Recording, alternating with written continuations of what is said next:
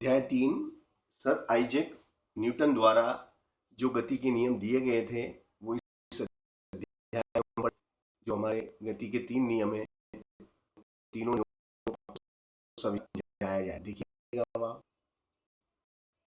के नियम है।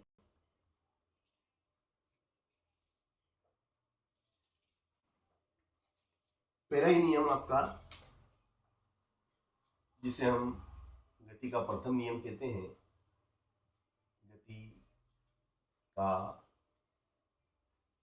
प्रथम नियम। देखिए, गति जैसा कि आप जानते हैं मोशन है ना, किसी भी, क्योंकि धरती पे, पृथ्वी पे हर चीज गतिशील है ना। हमारे शरीर में भी रक्त बहता रहता है, जो भी हम क्रियाएं करते हैं सब गति में आती है।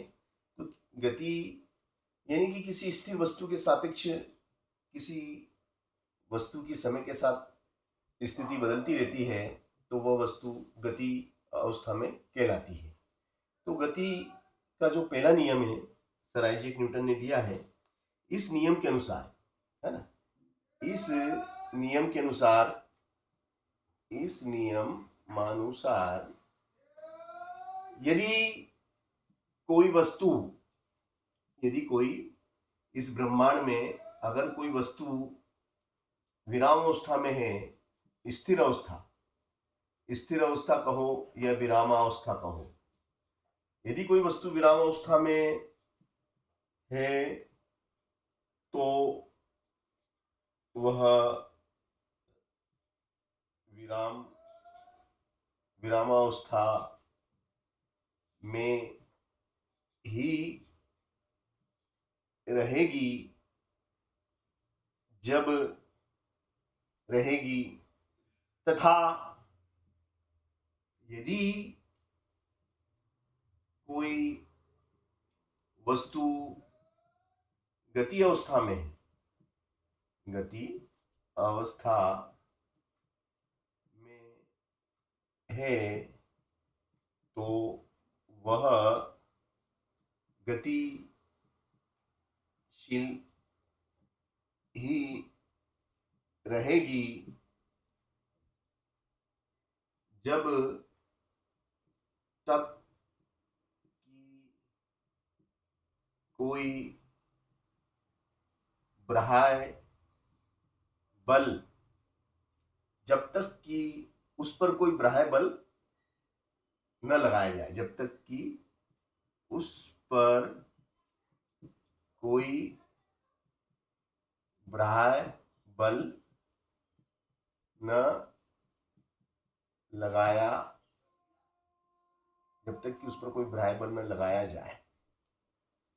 तो देखिएगा, ये मैंने आपको गति का प्रथम नियम लिख के बताया कि यदि कोई वस्तु स्थिर अवस्था में है तो वह स्थिर ही रहेगी। जैसे कि मान लो भाई ये सड़क है और ये आपकी जो है ठेला गाड़ी है, ठीक है ना, ये आपकी ठेला गाड़ी है। अब ये इस सड़क पे विराम अवस्था में है, खड़ी है, तो ये खड़ी रहेगी। इसकी स्थिति जो विराम विराम स्थिति है वो विराम स्थिति ही रहेगी। अगर आप इसकी स्थिति परिवर्तित करना चाहते हैं तो इसके लिए इस पे आपको बल आरोपित करना पड़ेगा। आप बल आरोपित करेंगे तो इसकी स्थिति में परिवर्तन होगा। इसी प्रकार यदि कोई वस्तु गतिशील है और उसको आप विराम अवस्था में लाना चाहते हैं तो आपको ब्रेक लगाना पड़ेगा। ब्रेक के माध्यम से आपको उस पर बल आरोपित करना पड़ेगा और इस तरीके से उसकी स्थिति में परिवर्तन होगा। यानी कि बल एक बाह्य कारक है, बाह्य भौतिक कारक है जो वस्तु की स्थिति में परिवर्तन कर देता है।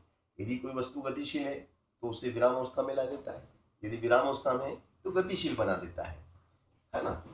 तो ये गति का जो प्रथम नियम है सर आइजैक न्यूटन द्वारा दिया गया है, इसे हम जड़त्व का नियम भी कहते हैं।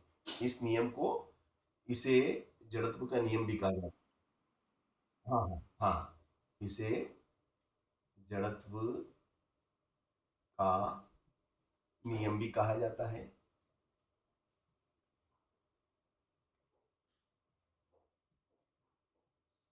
ना। तो जड़त्व का जो नियम है वह भी यही बात कहता है वो भी यही बात कहता है, जो जड़त्व का नियम है वो भी यही बात बताता है। जैसे कंबल होता है ना, तो कंबल को हम फटकारते हैं, तो जैसे हम कंबल को फटकारते हैं तो उसमें जो भी धूल कण होते हैं वो गिर जाते हैं। क्यों? क्योंकि उसमें जो कंबल के साथ जो धूल कण लगे हुए थे, कंबल के साथ जो धूल कण लगे हुए थे वो विराम अवस्था में थे। अब जैसे ही आपने कंबल पर बल लगाया तो कंबल गतिशील अवस्था में आ गया, मगर उस कंबल पे लगे हुए धूल कण विराम अवस्था में थे। उन्होंने अपनी अवस्था परिवर्तन का विरोध किया और यही वजह है कि वो कंबल से अलग हो गए और इस तरीके से कंबल साफ हो जाता है, उससे धूल कण निकल जाते हैं। इसे जड़त्व का नियम कहते हैं। जैसे कि मान लो कोई बस है आपकी, है ना, अब आपकी ये बस, मान लीजिए कि ये बस है आपकी, है ना, ये हमारी बस है। अब इस बस में हम बैठे हुए हैं, ठीक है। अब इस बस में हम बैठे हुए हैं, ड्राइवर आया और उसने गाड़ी को स्टार्ट किया। तो जैसे उसने गाड़ी को स्टार्ट किया तो गाड़ी गतिशील हो गई, गाड़ी गतिशील हो गई।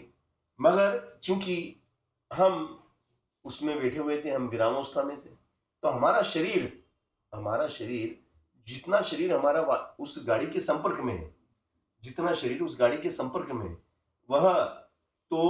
वह भी गतिशील हो जाएगा।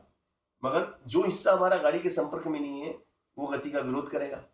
जिसे हमारा ऊपर का हिस्सा होता है ना, वो गाड़ी के संपर्क में नहीं होता है, तो वो गति का विरोध करेगा। इसलिए जब भी ड्राइवर अचानक गाड़ी शुरू करता है, स्टार्ट करता है, तो हमारा शरीर पीछे की तरफ झुक जाता है, हमारा शरीर पीछे की तरफ झुक जाता है, हमें एक झटका लगता है ना। तो वो हमारा जो शरीर है, जो गाड़ी के संपर्क में नहीं है, वह तो विराम अवस्था में ही रहना चाहता है। यही वजह है कि हमारा शरीर पीछे की ओर झुक जाता है। और कभी कभी क्या होता है कि गाड़ी जो गतिशील है, जैसे गाड़ी हमारी गतिशील है, अचानक ड्राइवर ने क्या करा, ब्रेक लगाया, तो उसने जैसे ही बल आरोपित करा, गाड़ी विरामावस्था में आ जाएगी। तो हमारा वो शरीर जो गाड़ी के संपर्क में है विरामावस्था में आ जाएगा, मगर वह हिस्सा जो गाड़ी के संपर्क में नहीं है वह गतिशील रहना चाहता है। अचानक हम क्या होंगे, आगे की ओर झुक जाएंगे, हमें झटका सा लगेगा, है ना। तो ये क्यों हुआ, ऐसा क्यों हुआ कि बस के अचानक रुक जाने पर हमारा शरीर आगे की तरफ झुक जाता है? क्यों? क्योंकि गति के प्रथम नियम से या जड़त्व के नियम से। ये समझो आप, क्योंकि गतिशील है हमारा शरीर और वो गति में ही रहना चाहता है। अब बल लगाने से, ब्रेक लगाने से गाड़ी तो विराम अवस्था में आ जाती है, किंतु हमारा वह शरीर जो गाड़ी के संपर्क में नहीं होता है वह गति अवस्था में रहता है और वह इसका विरोध करता है, और यही वजह है कि हम आगे की ओर झुक जाते हैं। तो गति का जो प्रथम नियम है वो ये बताता है, ठीक है ना, और इसे हम जड़त्व का नियम भी कहते हैं। चलिएगा, अब न्यूटन ने दूसरा नियम भी दिया। देखो, भौतिक शास्त्र के जनक, फादर ऑफ फिजिक्स कहलाते हैं हमारे न्यूटन। सर आइजैक न्यूटन को फादर ऑफ फिजिक्स कहा जाता है ना। ये महानतम वैज्ञानिक थे। इन्होंने बहुत ज्यादा बातें बताई हैं। तो न्यूटन का द्वितीय नियम, यानी गति का द्वितीय नियम, गति का द्वितीय नियम। अब गति का जो द्वितीय नियम है, देखिएगा, इस नियम के अनुसार किसी वस्तु के संवेग परिवर्तन की दर उस पर लगाए गए बल के अनुक्रमानुपाती होती है तथा संवेग में परिवर्तन उसी दिशा में होता है जिस दिशा में बल लगाया जाता है। यानी कि ये नियम ये कहता है कि किसी वस्तु पे में परिवर्तन की दर है, उस पे आरोपित बल F, किसी वस्तु पर आरोपित बल F, उसमें संवेग में परिवर्तन की दर संवेग में परिवर्तन की दर के समानुपाती या अनुक्रमानुपाती होता है।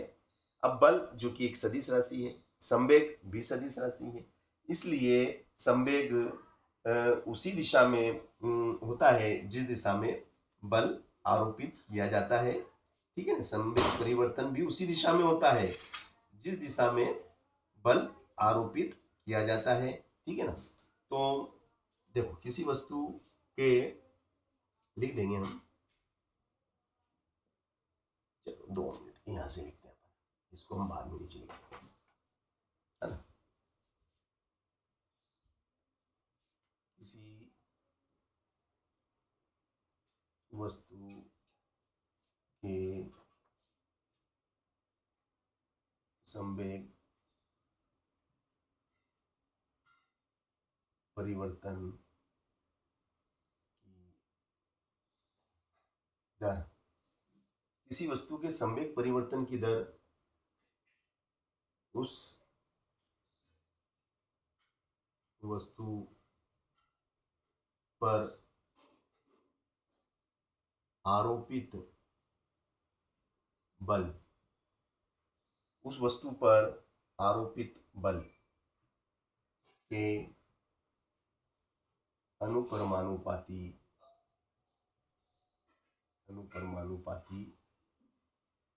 या समानुपाती होती है। ये हमारा गति का द्वितीय नियम कहता है, लॉ ऑफ सेकेंड मोशन,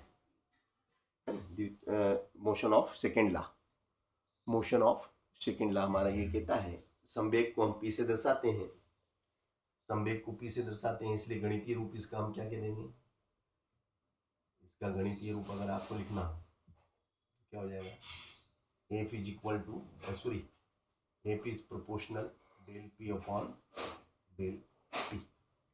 और यह संवेग में परिवर्तन की जो दिशा होती है वह बल की दिशा के अनुरूप होती है। आप चाहे तो ये पॉइंट भी इसमें लिख सकते हैं कि जिस दिशा में बल लगाया जाता है उसी दिशा में संवेग में परिवर्तन होता है।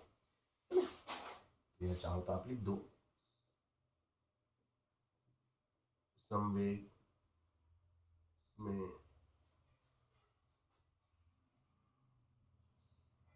में परिवर्तन की दिशा, संवेग में परिवर्तन की दिशा आरोपित बल की दिशा के अनुरूप होती है। संवेग में परिवर्तन की दिशा आरोपित बल की दिशा के अनुरूप होती है। अब देखिएगा जड़त्व से क्या तात्पर्य है, ये भी मैंने बता दिया आपको ना, ठीक है ना। अब जड़त्व यहाँ पे 2 प्रकार का होता है, विराम जड़त्व और गति जड़त्व, है ना, जो कि इसमें डिफाइन हो गया है। तो इसको अलग से डिफाइन करने की, वस्तु का गुण होता है एक प्रकार का, ये चाहे तो आप ऐसा भी लिख सकते हैं, है ना। चलिएगा, अब जो गति का द्वितीय नियम है, अब इसके बाद में तृतीय नियम की बात करूंगा, है ना। तो प्रथम नियम हो गया, द्वितीय नियम हो गया, अब तृतीय नियम, गति का तृतीय नियम देखते हैं हम।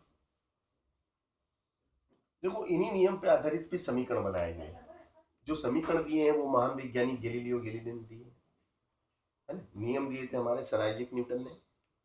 सर आइजैक न्यूटन के नियम को आधार मानकर गैलीलियो गैलीली ने समीकरण बनाए विभिन्न प्रकार के प्रयोग करके।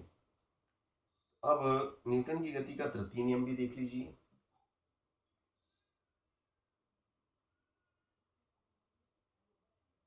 न्यूटन की गति का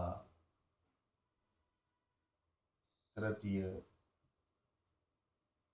नियम, अब देखिएगा तृतीय नियम के अनुसार, तृतीय नियम जो कहता है कि भैया प्रत्येक क्रिया के बराबर वह विपरीत प्रतिक्रिया होती है। देखो इस नियम के अनुसार क्या है कि प्रत्येक क्रिया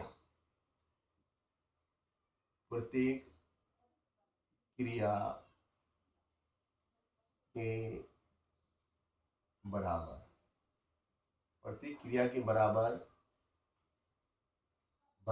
प्रत्येक क्रिया के बराबर, प्रत्येक क्रिया के बराबर वह विपरीत प्रतिक्रिया होती है। प्रत्येक क्रिया के बराबर वह विपरीत, दिशा विपरीत होती है, विपरीत प्रतिक्रिया होती है। ये न्यूटन का तृतीय नियम है कि प्रत्येक क्रिया के बराबर किंतु विपरीत प्रतिक्रिया होती है, दूसरी दिशा में होती है, दोनों की दिशाएं भिन्न भिन्न होती है।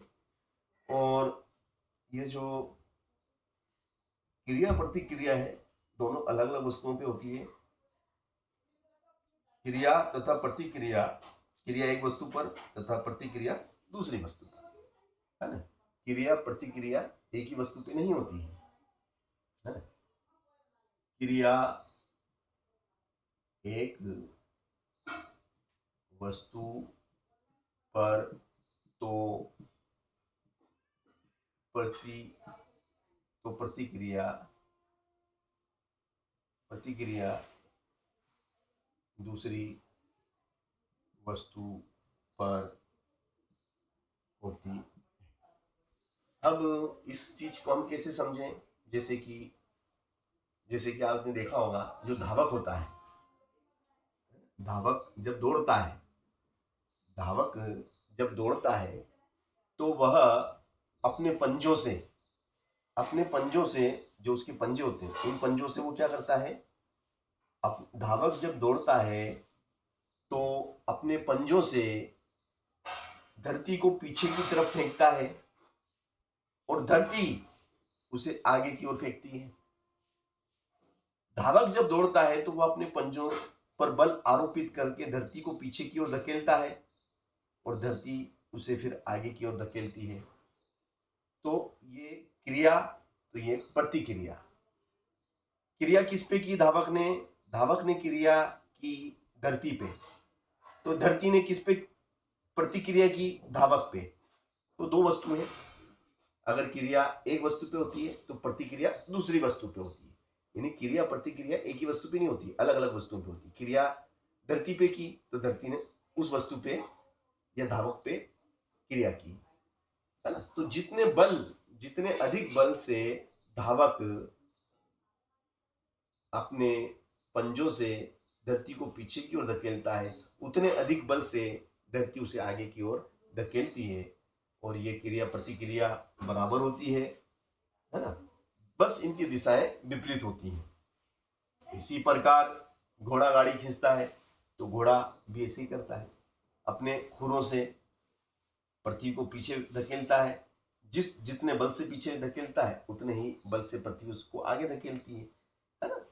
तो ये क्रिया प्रतिक्रिया का उदाहरण है। इसी प्रकार से आपने देखा होगा जेट जो विमान होता है, उसमें से पीछे से जो धुआं निकलता है ना, ईंधन जलता है और उसमें से जो पीछे से प्रेशर से जो छेद में से धुआं निकलता है, तो जो उसमें छेद होता है उसमें से जितने प्रेशर से धुआं आगे निकलता है, जितने प्रेशर से धुआं उसमें से निकलता है पीछे की तरफ, उतने ही वेग से जेट विमान आगे की ओर बढ़ता है। तो ये क्रिया की प्रतिक्रिया होती है, बराबर होती है, बस इनकी दिशा विपरीत होती है। तो प्रतिक्रिया के बराबर किंतु विपरीत प्रतिक्रिया होती है, यही न्यूटन का गति का तीसरा नियम है। ठीक है ना। तो ये तीनों नियम मैंने आपको समझाए। अब देखिएगा इसमें ये जो न्यूटन का आपका द्वितीय नियम है, न्यूटन का द्वितीय नियम जो है वो हम आपको जो कि भाई संवेग में परिवर्तन की दर वाला जो नियम है ना, ये देखिएगा इसमें एक तरीके से ये दिया गया है कि सूत्र F is equal to M है। सूत्र F is equal to M A का निगमन कीजिए। का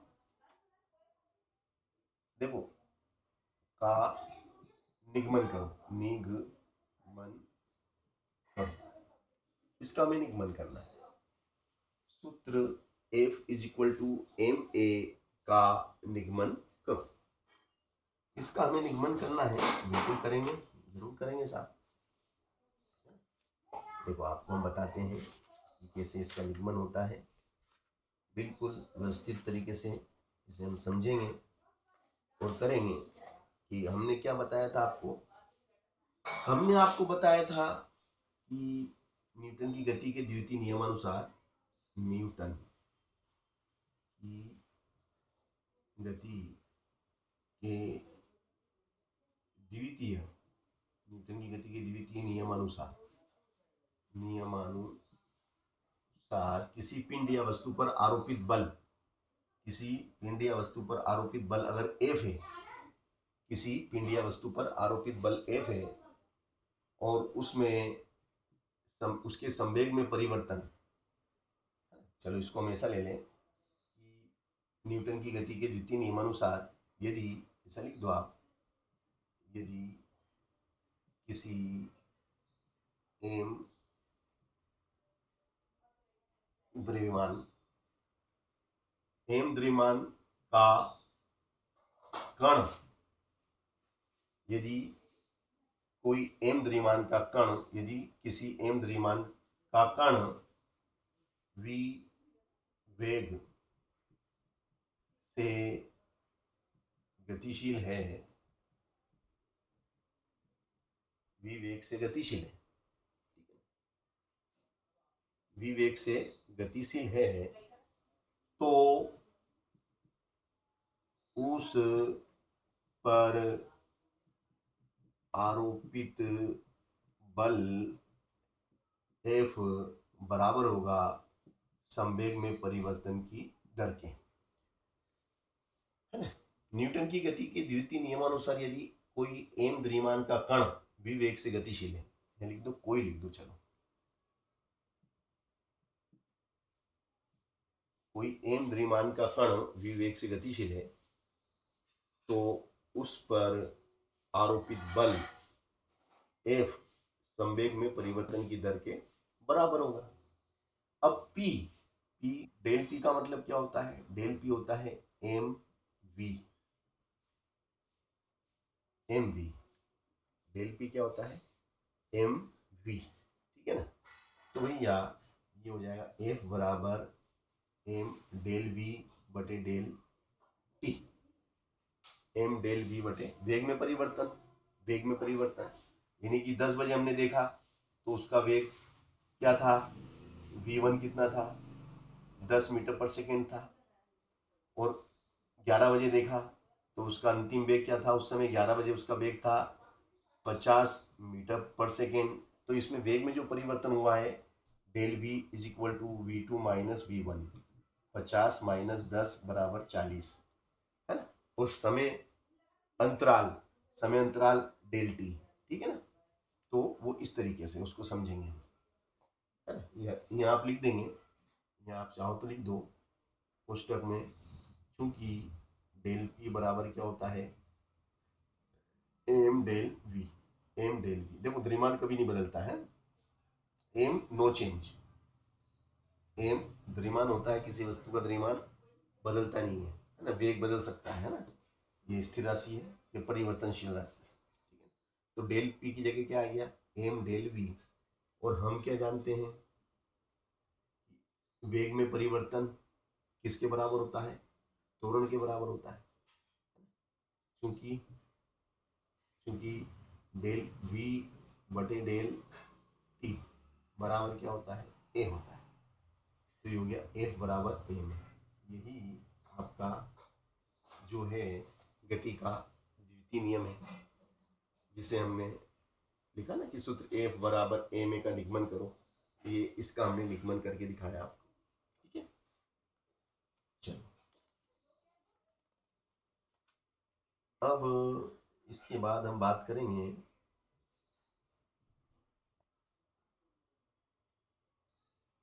देखिएगा अब आता है आपका अगला प्रश्न है, संवेग संरक्षण का नियम लिखिए तथा इसे न्यूटन के द्वितीय नियम से ज्ञात कीजिए। ये प्रश्न, ये भी प्रश्न पूछा जाता है, संवेग संरक्षण का नियम।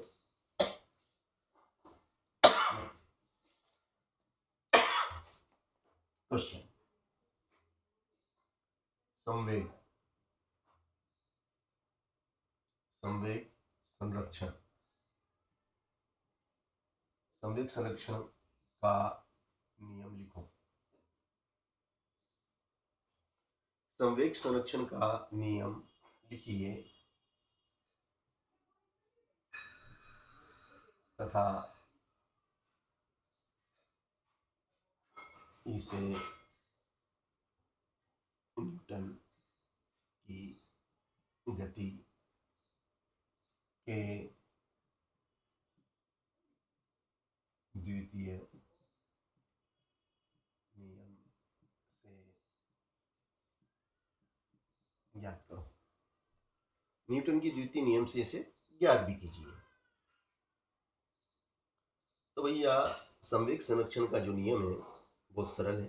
बाह्य बल की अनुपस्थिति में किसी निकाय का संपूर्ण संवेग नियत रहता है। ये हमारा संवेग संरक्षण का नियम है।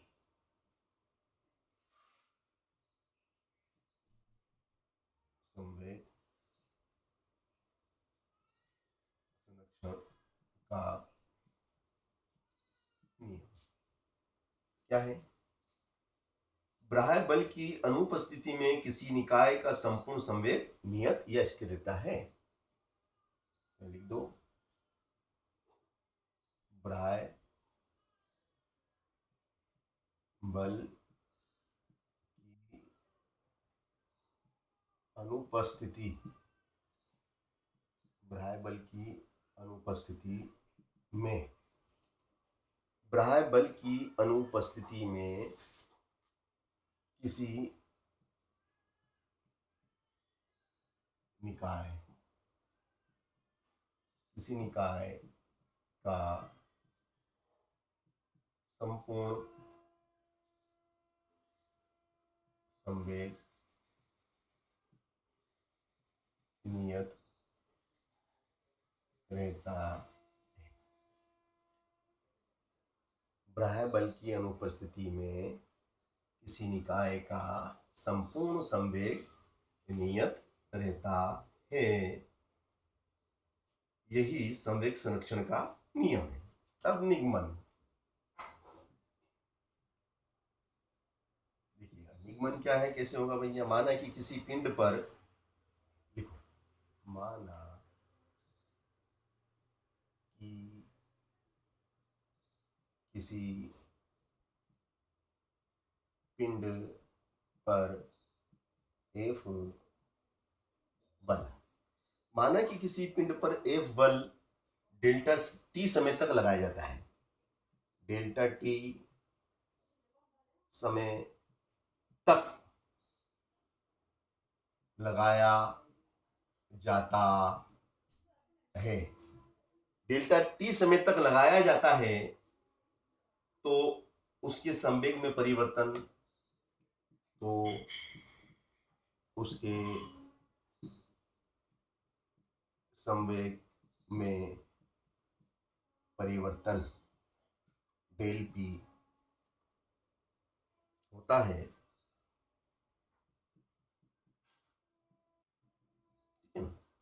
इसलिए न्यूटन की गति के दूसरे नियम से, इसलिए न्यूटन की गति के दूसरे नियम से, तो भैया न्यूटन की गति का दूसरा नियम क्या है? दूसरा नियम है कि F जो बल है, आरोपित बल F,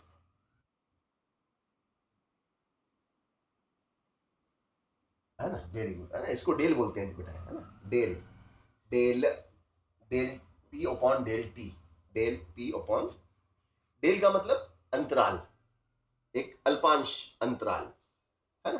तो F is equal to del P upon del T, ये हमारा सूत्र है। अब वो कहता है भैया कि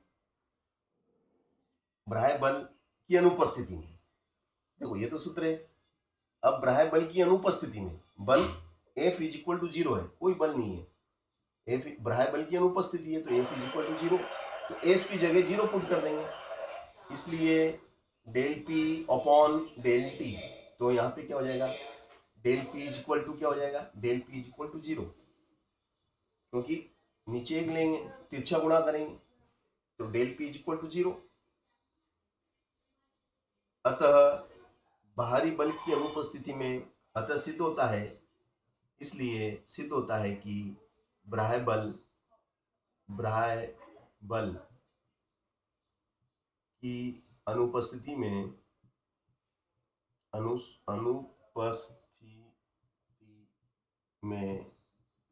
संवेग में परिवर्तन शून्य होता है, संवेग में परिवर्तन नहीं होता है, संवेग में परिवर्तन नहीं होता है, परिवर्तन ही नहीं होता है, अर्थात संवेग, संपूर्ण निकाय का संवेग स्थिर बना रहता है, निकाय के वेग में कोई परिवर्तन नहीं होता है।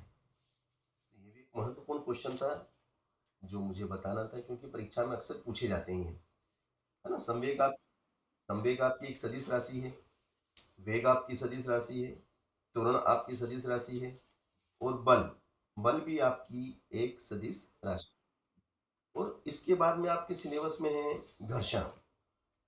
अब आता है आपका घर्षण, कि घर्षण किसे कहते हैं, घर्षण के क्या लाभ हैं, क्या हानियां हैं, है ना? घर्षण कितने प्रकार का होता है, घर्षण को कहते हैं। तो आपका जो घर्षण है, यह भी एक प्रकार का, यह भी एक प्रकार का बल होता है ना। घर्षण देखिएगा, है ना?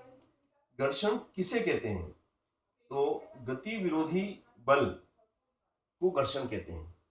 गति विरोधी बल जो आपकी गति का विरोध करता है, जो आपकी आपकी एक्टिविटी का विरोध करता है, आप जो भी एक्टिविटी करते हैं, जो भी एक्शन लेते हैं, जो भी क्रिया करते हैं, उसका विरोध करता है, वो घर्षण कहलाता है ना। तो घर्षण गति विरोधी बल, गति विरोधी बल, गति विरोधी बल को घर्षण कहते हैं, गति विरोधी बल को घर्षण कहते हैं। अब जैसे कि आप जानते ही हैं, अगर हम चलते हैं, जमीन पे चलते हैं, है ना, तो भाई आपने देखा होगा कि जो भूमि है, जमीन है, उसकी जो सतह होती है, और वो हमारी गति का विरोध करती है ना। जैसे आपने मान लो ये आपकी टेबल है, ये आपकी टेबल है भैया, इस टेबल पे ये गेंद रखी हुई है, आपने इसको धक्का दिया तो ये लुढ़कती हुई आएगी और यहाँ पे आके रुक जाएगी। तो ये यहाँ पे क्यों रुक गई, जबकि आपने इसको बल दिया, इसको गति प्रदान कर दी। अब गति प्रदान करने के बाद में तो इसको निरंतर गतिशील रहना चाहिए ना, आपने इसको एक प्रकार से गति दे दी, अब गति देने के बाद में इसको रुकना नहीं चाहिए, इसको तो गतिशील रहना चाहिए। मगर इस पे जितना बल आपने आरोपित करा था, उसको धीरे धीरे ये जो सतह है और इसकी सतह, जो संपर्क सतह है वस्तु या पिंड की, और जिस वस्तु पे वो रुढ़कती है उसकी, दोनों की जो संपर्क सतह है, उनके बीच में एक गति विरोधी बल कार्य करता है, जो उसकी गति को धीरे धीरे कम करता जाता है, और एक स्थिति ऐसी आती है कि वो विरामावस्था में आ जाती है ना? तो इस गति विरोधी बल को हम घर्षण कहते हैं। अब घर्षण से क्या हुआ कि वस्तु विरामावस्था में विरामावस्था में आ गई ना, उसकी अवस्था में परिवर्तन कर देता है। घर्षण क्या करता है कि उसकी अवस्था में परिवर्तन कर देता है। तो घर्षण से यहाँ पे क्या हुआ, यहाँ पे घर्षण से जो ऊर्जा थी वो नष्ट हुई, यहाँ पे ऊर्जा का ह्रास हुआ, है ना। वस्तु में मंदन आया, वस्तु में मंदन आया, और वह एक अवस्था में विराम अवस्था में आ गई। तो घर्षण हानिकारक भी होता है, और कई बार घर्षण लाभदायक भी होता है ना। जैसे कि आप देख रहे होंगे कि भाई जो मशीनें होती हैं, है ना, बड़े बड़े फैक्ट्रियों में जो मशीनें होती हैं, उनके ऊर्जे पुर्जे जो होते हैं वो घिस जाते हैं और आवाज करने लगते हैं, है ना। तो वो घिस क्यों जाते हैं, घर्षण की वजह से घिस जाते हैं। आवाज करने लगते हैं।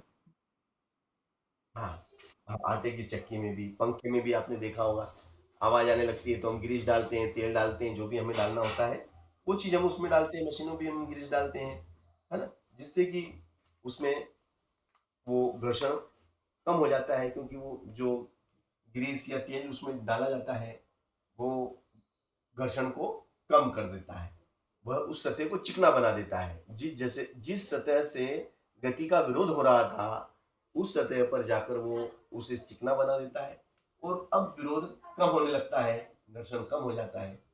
ठीक है ना, तो घर्षण की वजह से ही तो हम भोजन चबा पाते हैं। आप देखो, अगर घर्षण के लाभ की बात करें तो लाभ तो बहुत लाभ भी बहुत है और हानि भी बहुत है ना। अगर घर्षण नहीं होता तो हम भोजन चबा नहीं पाते। भोजन चबा पाते हैं हम किसकी वजह से? भोजन चबा पाते हैं घर्षण की वजह से। अगर हमारे दांतों के बीच में घर्षण नहीं होता तो क्या हम भोजन चबा पाते? नहीं चबा पाते, है ना? ठीक है ना। घर्षण की वजह से हम दीवार में कील ठोक पाते हैं, है ना। घर्षण की वजह से, है ना, घर्षण की वजह से दीवार में कील ठोक पाते हैं। ठीक है, और घर्षण की वजह से हम सड़कों पे चल पाते हैं। अगर घर्षण नहीं होता तो हम घर से निकलते तो कहीं रुक ही नहीं पाते, अनंत तक चलते ही रहते, रुकने का नाम ही नहीं होता, और जहां हमें जाना था वहां हम पहुंच ही नहीं पाते, जिधर हमें मुड़ना था उधर हम मुड़ ही नहीं पाते, क्योंकि घर्षण की वजह से हम चलते ही रहते हैं उसी दिशा में लगातार, है ना। तो घर्षण की वजह से दीवार में कील ठोक पाते हैं, और घर्षण की वजह से हम सड़क पे चल पाते हैं, सड़क पर चल पाते हैं।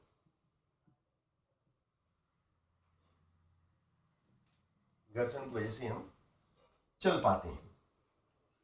ठीक है ना। घर्षण की वजह से ही आज हम हमारा अस्तित्व है, मानव जाति का अस्तित्व क्या से है? घर्षण की वजह से। क्योंकि जो उल्का पिंड होते हैं, जो उल्का पिंड होते हैं वो पृथ्वी पे गिरते हैं। अब वो पृथ्वी पे गिरते हैं तो जैसे ही वो वायुमंडल की संपर्क में आते हैं, जैसे ही वो उल्का पिंड वायुमंडल पृथ्वी के वायुमंडल के संपर्क में आते हैं तो उनमें घर्षण की वजह से आग लग जाती है। इतनी तीव्र गति से आते हैं कि वायु से जब वायु में प्रवेश करते हैं तो उनमें गति विरोधी बल कार्य करता है, वायु उसको रोकने का कार्य करती है, और इस तरीके से वायु में जो धूलकण होते हैं वो उसे रोकने की कोशिश करते हैं, और एक प्रकार से गति विरोधी बल कार्य करता है, और घर्षण इतना तेज होता है कि उस पिंड में आग लग जाती है।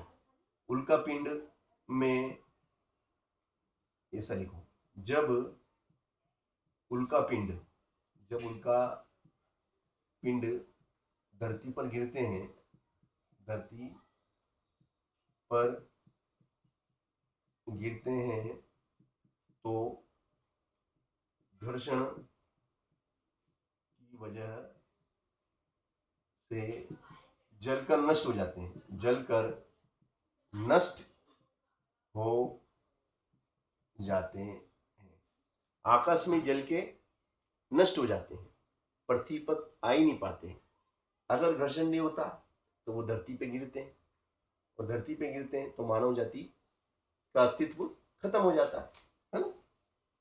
तो इस तरीके से जो घर्षण है वो हमें हमारे अस्तित्व को बनाए रखने के लिए भी जरूरी है ना। तो ये, अब इसके हानियां भी बहुत है। हानियां तो आपको मालूम ही है ना। इससे क्या होता है कि मशीनों की कार्य क्षमता प्रभावित होती है, उनके ऊर्जे पुर्जे घिस जाते हैं। घर्षण की वजह से अधिक ऊर्जा खर्च करना पड़ती है ना। कार्य क्षमता भी प्रभावित होती है। ये सब घर्षण के हानियां भी है तो लाभ भी है।